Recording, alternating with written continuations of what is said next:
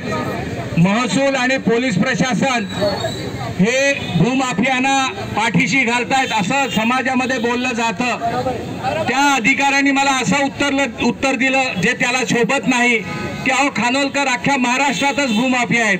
म्हणून आज त्यांनी दिलेले जे उत्तर आहे त्याच्यासाठी त्यांचे जे प्रमुख आहेत मंत्री जे देवेंद्र फडणवीस गृहमंत्री यांना हे पाठव की तुमच्या अशा जर पद्धतीचे अधिकारी जे जनतेचं रक्षण करण्यासाठी आहेत, कायद्याचं रक्षण करण्यासाठी आहेत, ते अधिकारी जर अशा पद्धतीने भाषा वापरत असतील आणि या पोलीस स्टेशनला फक्त पैशाचा व्यवहार होणार असेल, मी जबाबदारीने सांगतो कुठे असतील पोलीस अधिकारी त्यांनी नोंदवून घ्या की माझ्या एका मित्राला फादर 1-2 मिनिटं एक गोष्टी सांगितल्या पाहिजेत, समाजाला समजल्या पाहिजेत की माझ्या एका मित्रावर MRTPचा गुन्हा दाखल झाला आणि त्याला तो तपास अधिकारी सांगतो, नवीन आलेला तपास अधिकारी आहे की अरे वकिलाचं नाव घ्यायचं नाही, वकिलाचं नाव घेतलंस तर तुझं घर पाडून टाकीन, 2 लाख रुपये तू घेऊन ये, आम्ही तुझी व्यवस्था करतो।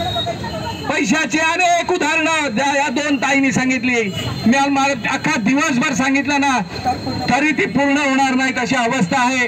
CPना आम्ही अनेकदा विनंती केली आहे पोलीस कमिशनरना की तुम्ही एकदा जनतेशी संवाद साधा, एकदा जनतेशी ही पद्धत आहे ही तालुक्याची की नवीन अधिकारी आला की तो जनतेशी संवाद साधतो, परंतु त्यांना हे संवाद साधायची गरज वाटत नाही।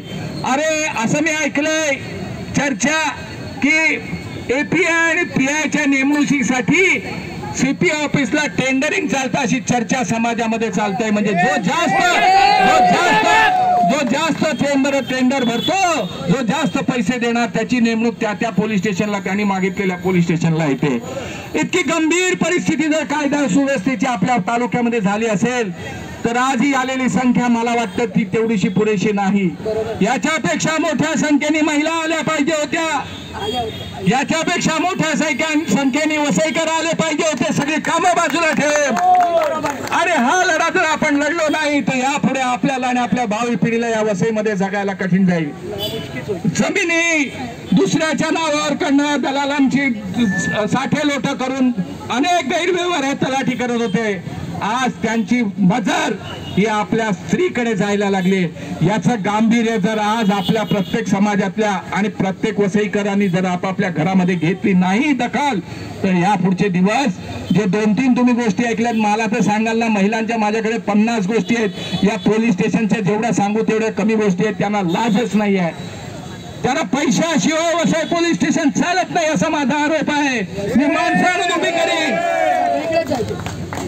त्यामुळे कोणी सह्या केल्याशिवाय जाऊ नये। पुरुषांच्या सह्या राहिल्या असतील, महिलांच्या सह्या राहिल्या असतील, त्या सह्या कराव्यात। एक 10 मिनिटांमध्ये आपण तहसीलदारांना भेटायला जाणार आहेत, तिथून झाल्यानंतर सुद्धा कोणी जायचं नाही, सगळ्यांनी वसई पोलीस स्टेशनला जायचंय।